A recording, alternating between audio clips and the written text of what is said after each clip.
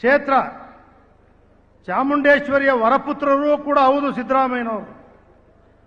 1983ರಲ್ಲಿ ಚಾಮುಂಡೇಶ್ವರಿಯ ಕ್ಷೇತ್ರದಿಂದ ರಾಜಕೀಯವನ್ನ ವಿಧಾನಸಭೆಯನ್ನು ಏನು ಪ್ರವೇಶ ಮಾಡಿದ್ರು, ಅಂದಿನಿಂದ ಇಂದಿನವರೆಗೆ ತಾಯಿ ಆಶೀರ್ವಾದದಿಂದ ಕನ್ನಡ ಕಾವಲು ಸಮಿತಿಯಿಂದ ಹಿಡಿದು ಮಂತ್ರಿಗಳಾಗಿ 2 ಬಾರಿ ಉಪಮುಖ್ಯಮಂತ್ರಿಗಳಾಗಿ 15 ಬಾರಿ ಬಜೆಟ್ ಅನ್ನು ಮಂಡಿಸಿ 2 ಬಾರಿ ವಿರೋಧ ಪಕ್ಷದ ನಾಯಕರಾಗಿ 2 ಬಾರಿ ಮುಖ್ಯಮಂತ್ರಿಗಳಾಗಿದ್ದಾರೆ ಅಂತ ಹೇಳಿದ್ರೆ ಚಾಮುಂಡೇಶ್ವರಿ ಆಶೀರ್ವಾದ, ರಾಜ್ಯದ ಜನರ ಆಶೀರ್ವಾದದಿಂದ ಅವರಿಗೆ ತಾಯಿ ಯಾವಾಗಲೂ ಕೂಡ ಎಂಥದೇ ಸಂದರ್ಭ ಬಂದಾಗಲೂ ಕೂಡ ಅವರು ಅದರಿಂದ ಇನ್ನೂ ಹೆಚ್ಚಿನ ಶಕ್ತಿ ಅವರಿಗೆ ಬಂದಿದೆ. ತಾಯಿ ಚಾಮುಂಡೇಶ್ವರಿಯ ಕ್ಷೇತ್ರದಲ್ಲಿ ಉಪಚುನಾವಣೆಯಲ್ಲಿ ಕುಮಾರಸ್ವಾಮಿ ಅವರು ಮುಖ್ಯಮಂತ್ರಿಗಳು ನಮ್ಮ ಪಕ್ಷ, ಯಡಿಯೂರಪ್ಪನವರು ಉಪಮುಖ್ಯಮಂತ್ರಿಗಳು ಬಿಜೆಪಿ ಪಕ್ಷ, ನಾವಿಬ್ರು ಸೇರಿ ಸೋಲಿಸಲೇಬೇಕು ಅಂತ ಭಾರಿ ಹೋರಾಟ ಮಾಡಿದ್ವಿ. ಸರ್ಕಾರ ಇತ್ತು, ಆದರೆ ಗೆದ್ರು.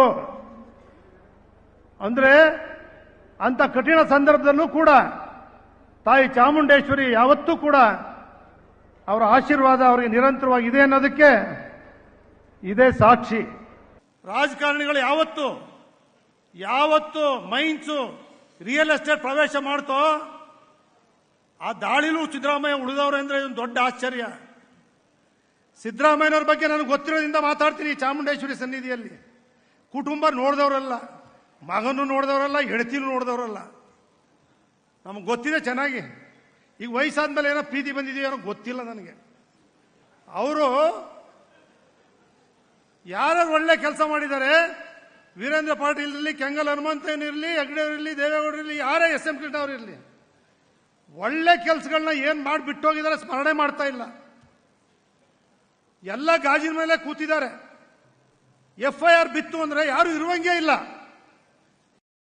ಬಿಜೆಪಿ ಅಶೋಕ್ ಅವರು ಇರುವಂಗಿಲ್ಲ, ಜನತಾದಳ ಇರುವಂಗಿಲ್ಲ, ಕಾಂಗ್ರೆಸ್ ಇರುವಂಗಿಲ್ಲ. FIR ಬಿದ್ದಟ್ಟಿಗೆ ರಾಜೀನಾಮೆ ಕೊಡಬೇಕು ಅಂದ್ರೆ ಸಿದ್ದರಾಮಯ್ಯನವರ ಅನಿರೀಕ್ಷಿತ ಘಟನೆ, ಆಕಸ್ಮಿಕ ಘಟನೆ, ಇದನ್ನ ರಾಜ್ಯಪಾಲರು ಇನ್ವೆಸ್ಟಿಗೇಷನ್ ಮಾಡಿ ಅಂತ ಹೇಳಿದ್ರು. ಜಸ್ಟಿಸ್ ಹೇಳಿದ್ರು, ರಾಜ್ಯಪಾಲರು ಹೇಳಿದ್ರೆ ಸರಿಯಾಗಿದೆ ಅಂತೇಳಿ.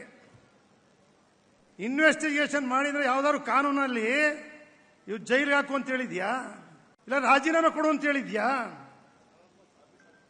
ಇಲ್ಲ ಯಾರು ರಾಜೀನಾಮೆ ಕೊಡು ಅಂತ ಹೇಳಿದ್ಯಾ ಕೋರ್ಟು, ಇಲ್ಲ ರಾಜ್ಯಪಾಲರು ಹೇಳಿದಾರ, ಇಲ್ಲ ಜೈಲಿಗೆ ಹಾಕಿ ಅಂತ ಹೇಳಿದಾರ. ಬೇರೆ ಕೆಲಸ ಇಲ್ವ ಮಾಡ್ಲಿಕ್ಕೆ ಅಭಿವೃದ್ಧಿ ಕೆಲಸಗಳು? ಈ ರಾಷ್ಟ್ರ, ಕೇಂದ್ರ, ರಾಜ್ಯದವ್ರಿಗೆ ಮಂತ್ರಿಗಳಾದ್ಮೇಲೆ ಈ ರಾಜ್ಯದ ನಾಡಿನಲ್ಲಿ ಗೌರವಯುತವ ನಮ್ಗೆ ಎಷ್ಟು ಗೌರವ ಇದೆ, ಎಷ್ಟು ಜವಾಬ್ದಾರಿ ಇದೆ ಅನ್ನೋದನ್ನೇ ಅರ್ಥಗಳದೆ ಈ ರೀತಿ ಪ್ರತಿನಿತ್ಯ ಅವ್ರು ಒಳ್ಳೆ ಕೆಲಸಗಳನ್ನೆಲ್ಲ ಬದಿಗೊತ್ತಿ ಮಾಡ್ಬಿಟ್ಟಿದ್ದಾರೆ. ರಾಜೀನಾಮೆ ಕೊಟ್ಬಿಡಿ. ರಾಜೀನಾಮೆಯ ಕುಮಾರಸ್ವಾಮಿ 2 ಲಕ್ಷ ಕೋಟಿ ಗೆದ್ದರೆ ಕೊಡಕ್ಕಾಗ್ತದ? ಕೊಡಿ ಅಂತಾರೆ.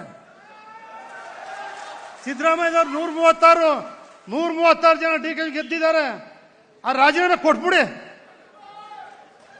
ರಾಜೀನಾಮೆ ಕೊಟ್ಬಿಡಿ. ರಾಜೀನಾಮೆ ಕೊಡ್ಬೇಕಾ? ತೋರಿಸ್ಬಿಡಪ್ಪ ಯಾವ ಕಾನೂನು.